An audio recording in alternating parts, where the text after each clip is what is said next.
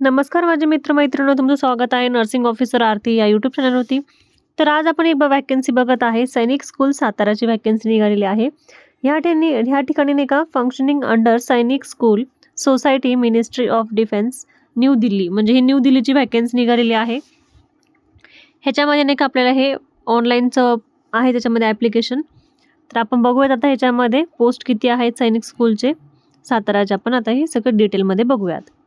तर ह्या ठिकाणी दिलेलं आहे name of post, vacancy, eligibility, pay आणि एज लिमिट आपलं किती असतं किती नाही ते सांगण्यात आलेलं आहे. त्या ठिकाणी नाही का नर्सिंग असिस्ट म्हणजे नर्सिंग सिस्टर रेग्युलर बेसिक्स जे असतं त्यांच्यासाठी जागा आहे.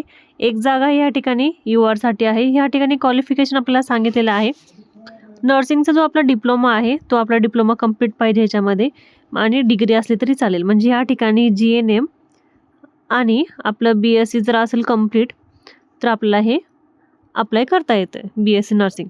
त्याच्यामध्ये आपल्याला 5 वर्षाचं काय सांगितलं यांनी एक्सपिरियन्स सांगितलेला आहे. 5 इयरचं एक्सपिरियन्स सांगितलेलं आहे आणि ह्याच्यामध्ये नाही का आपलं ट्रेनिंग पण ते घेणार आहेत असं त्याला सांगण्यात आलेलं आहे. आणि ह्या ठिकाणी पेमेंट आपल्याला 25,500 इतका पेमेंट आहे. पेमेंटचा ह्याच्यामध्ये इश्यू नाही आहे. आणि 7th पेच्या स्किल लेवलनुसार त्यांनी पे लेवल नाही का ह्याच्यामध्ये 4 सांगितलेलं आहे त्यांनी बेसिक पे. त्या ठिकाणी पेमेंट चांगला आहे. आणि ह्याच्यामध्ये एज लिमिट आपल्याला सांगण्यात आलेली आहे 18 ते 50 वर्षापर्यंत आपण ह्याच्यात भरू शकतो.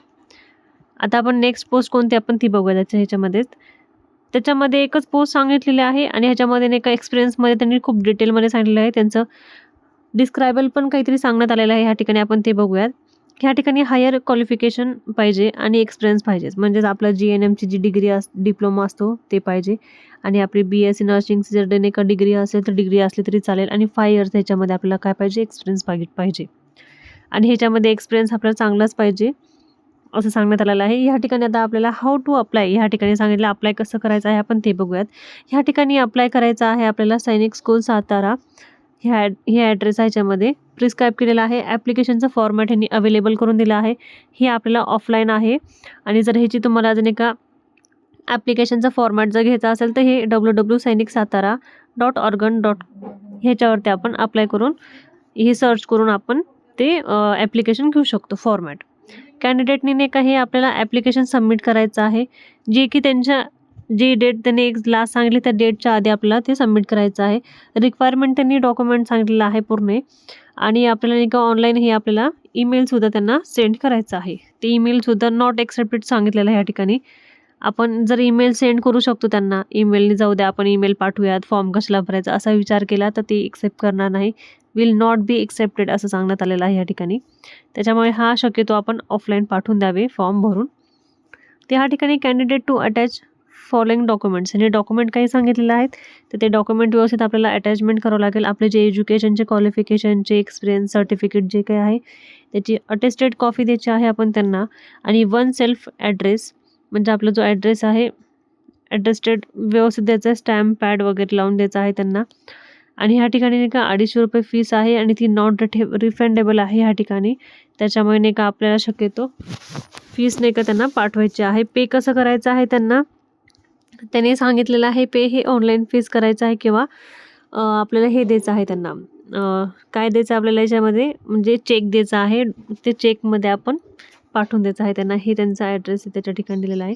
आणि विशेष म्हणजे ह्याची लास्ट डेट आहे त्यांची 21 जुलै 2026. याच्या आधी आपल्याला हे फॉर्म सगळे फिलअप करायचं आहे.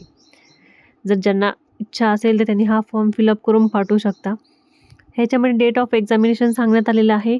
त्यांनी नाही का आपल्याला डेट आणि विनो सांगणार आहेत ॲड्रेस वगैरे. त्याच्यानंतर त्यांनी टाईप एक्झामचं सांगणार आहे.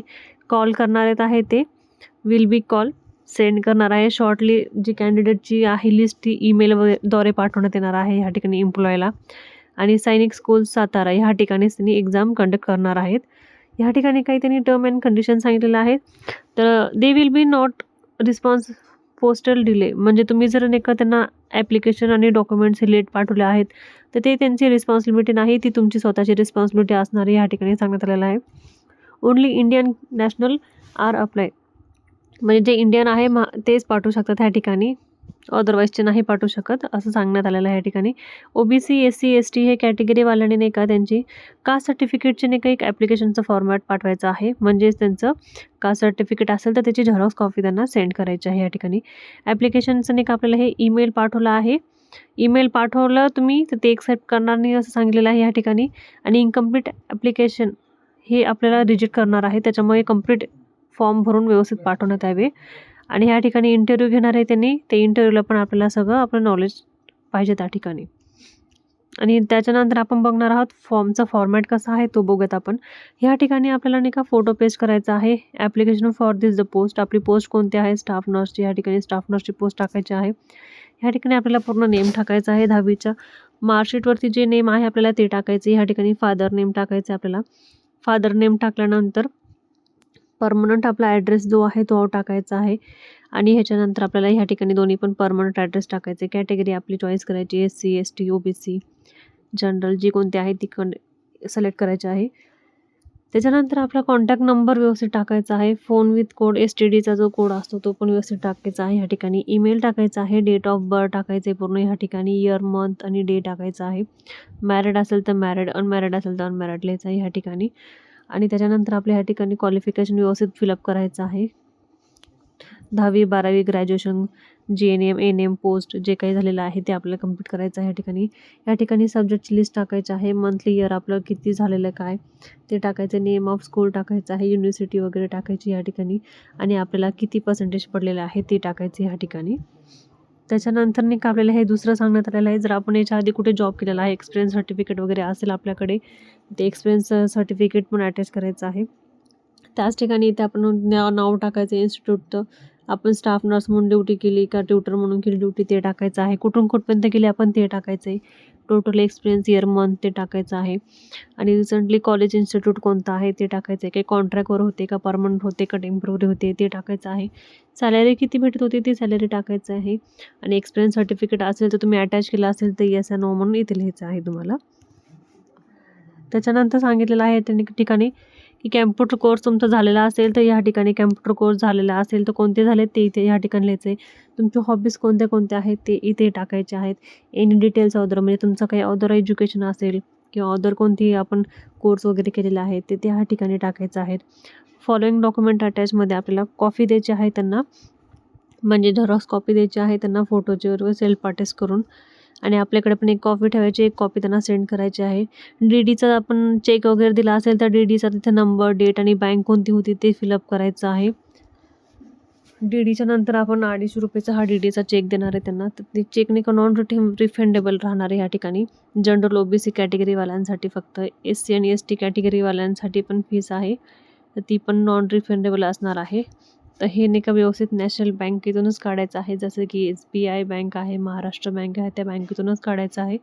आणि ह्या पे नाही का सैनिक स्कूल सातारा ह्याच्यावरती पे करायचं आहे. आणि त्याच्यानंतर व्यवस्थित पोस्ट वगैरे आपली ॲप्लिकेशन जो DD आहे तो व्यवस्थित द्यायचा आहे या ठिकाणी.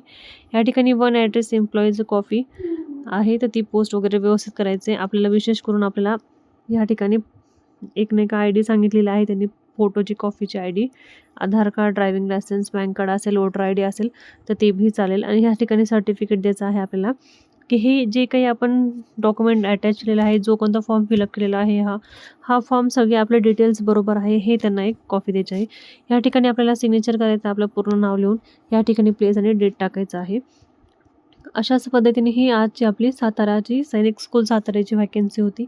ती व्हॅकन्सी चांगली आहे, पेमेंटसुद्धा चांगलं आहे, त्याच्यामुळे सगळ्यांनी हा फॉर्म अप्लाय करावे. असेच व्हिडिओ बघण्यासाठी आपल्या यूट्यूब चॅनलला फॉलो करा, सबस्क्राईब करा आणि शेअर करा. धन्यवाद.